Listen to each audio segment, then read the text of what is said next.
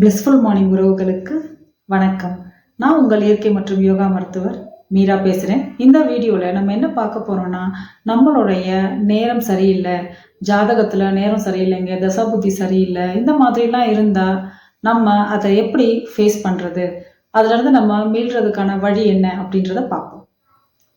நல்ல மழை சீசனுங்க, மழை ஜோன் பெஞ்சிட்டு தான் இருக்குது. ஐயோ மழை பெஞ்சிட்டே இருக்கே, இன்னும் 10 நாளைக்கு மழை வரும்னு சொல்லியிருக்காங்களே, புயல்னு சொல்லியிருக்காங்களே அப்படின்னு சொல்லிட்டு நம்ம வீட்டுக்குள்ளேயே முடங்கி உட்காந்துருவோமா?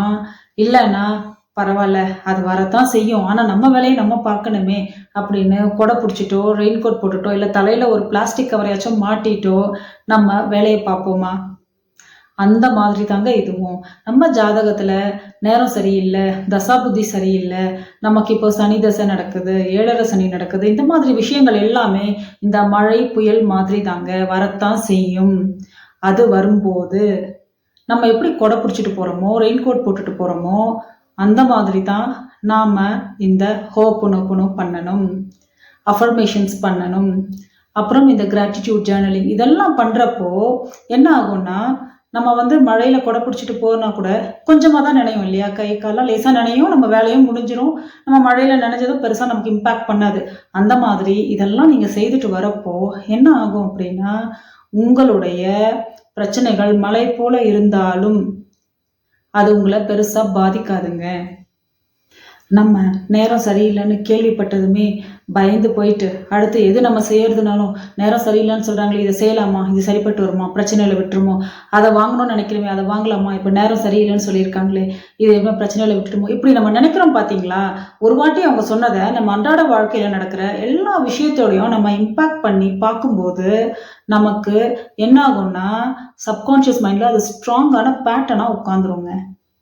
இப்போ நமக்கு சின்னதாக இருக்க விஷயத்த நம்மளே பெருசு பண்ணுற மாதிரி, அது நமக்கு சின்னதாக வர்றதை நம்மளே பூதாகரமாக்குற மாதிரி. இதுவே ஆப்போசிட்டாக நம்ம அந்த மாதிரி எண்ணம் தோன்றப்ப, ஐ எம் சாரி, நமக்கு நேரம் சரியில்லைன்னு சொல்லியிருக்காங்க, அது எனக்கு புரியுது, எனக்கு ஒரு பயத்தை கொடுக்குது, எது செய்யறப்பையும் அது எனக்கு யோசனை வருது, ப்ளீஸ் ஃபர்கிவ் மீ, இந்த மாதிரி எல்லா விஷயத்தையும் அதை நினச்சி பார்க்கறது நான் தான்.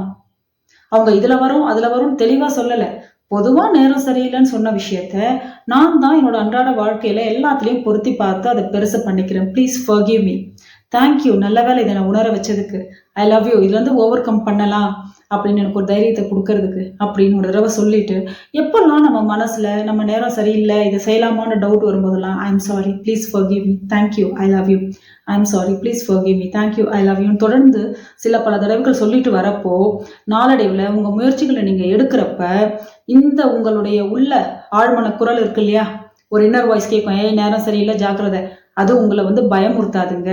நம்மளை எச்சரிக்கை பண்ணுறது வேற, பயமுறுத்துறது வேற. நீங்கள் ரெகுலராக இந்த ஹோப்பனோப்பனோ, அஃபர்மேஷன்ஸ், இந்த கிராட்டிடியூட் ஜேர்னலிங் இதெல்லாம் பண்ணிகிட்டே வரப்போ உங்களுக்கு இந்த வித்தியாசம் தெரிய ஆரம்பிக்கும். எது ஜாக்கிரதை உணர்வு, எது பய உணர்வுன்னு நீங்கள் தரம் பிரித்து பார்க்குற அளவு நீங்கள் தெளிவான ஆளாக மாறுவீங்க. நேரம் சரியில்லாமல் இருக்கப்போ இந்த தெளிவு நமக்கு ரொம்ப முக்கியங்க. நம்ம அஃபர்ம் பண்ணுறப்போ நம்ம என்ன நினைக்கணும் அப்படின்னா, எப்படி நம்மளுடைய கெட்ட நேரமோ நம்ம கெட்ட கர்மாவோ இதெல்லாம் அனுபவிக்கணும்னு நமக்கு இருக்கோ, அதே மாதிரி தான் நம்மளுடைய நல்ல நேரமோ நம்ம நல்ல கர்மாவும் நம்மளை பாதுகாக்கும். ஏற்கனவே செய்ததை பற்றி நமக்கு தெரியாது, தெரிஞ்சோ தெரியாமலோ நம்ம என்ன வேணால் செய்திருக்கலாம். ஆனால் இப்போ நான் நல்லதை மட்டுமே நினைத்து, நல்லதை மட்டுமே பேசி, நல்லதை மட்டுமே செய்வேன்னு சங்கல்பம் எடுங்க.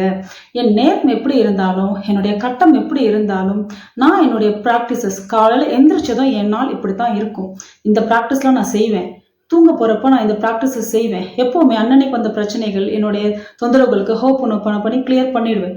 எல்லா விஷயங்கள்லையும் நான் சின்னதாக இருந்தால் கூட அதை பெருசாக கவனித்து அதில் இருக்க நன்றியுணர்வை மனசார வெளிப்படுத்துவேன். எதை பேசினாலும் பாசிட்டிவாக பேசுவேன். சங்கல்பம் பண்ணுங்க.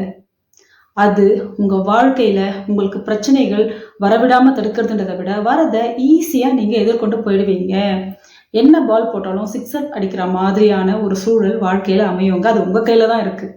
நம்ம இப்படி சொல்கிறதுனாலையோ நிறைய விஷயங்களை தெரிஞ்சுக்கிறதுனாலையோ மாறாது. கன்சிஸ்டன்ட் ப்ராக்டிஸ் தேவை. அந்த மாதிரி உங்களுக்கு ஒரு ப்ராக்டிஸ் பண்ணணும். ரெகுலராக கொஞ்ச நாள் நான் பண்ணிவிட்டு அதுக்கப்புறம் நான் அதை புரிஞ்சுக்கிறேன், நான் என் லைஃப் லாங் நான் அதை இம்ப்ளிமெண்ட் பண்ணுவேன், என் ஃபேமிலிக்கும் அதை நான் இம்ப்ளிமெண்ட் பண்ணுறதுக்கு சொல்லித்தருவேன் அப்படின்னுச்சுன்னா, நம்ம பிளிஸ்ஃபுல் மார்னிங் கம்யூனிட்டி உங்களுக்கான சரியான இடங்க. மார்னிங் 5 to 6 பிரம்ம முகூர்த்தத்தில் நம்ம ஆல்ஃபா ஸ்டேட் ஆஃப் மைண்டில் தூங்கி முடிச்சு இருக்கப்போ நம்ம அந்த 1 hour ப்ராக்டிஸ் பண்ணுறோம் பார்த்தீங்களா? இந்த ஹோப்பனோப்பனோ, இந்த gratitude journaling, water prayer, affirmations இதெல்லாம் நம்ம செய்கிறப்போ அந்த நாளைக்கான டோனை செட் பண்ணுறப்போ எவ்ரிடே நம்ம நாள் இப்படி தான் தொடங்குது. நம்ம தான் டிசைட் பண்ணுறோம். தூங்கும்போது அதுக்கான ஒரு ரிச்சுவல், அன்னைக்கு நடந்ததுக்கு நன்றி உணர்வு, அண்ணனுக்கு நடந்த தொந்தரவுகளுக்கு ஹோப் பண்ணணும், இதெல்லாம் நம்ம சொல்றப்ப அந்த நாளும் எப்படி முடிக்கணும்னு நம்ம தாங்க முடிவு பண்றோம்.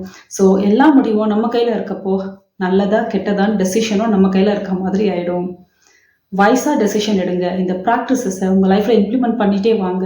உங்க ப்ராப்ளம்ஸ், உங்க கெட்ட நேரம் எல்லாத்தையும் மீறி ஒரு பாசிட்டிவான ஆளா இவால்வ் ஆகுங்க. நன்றி, வணக்கம்.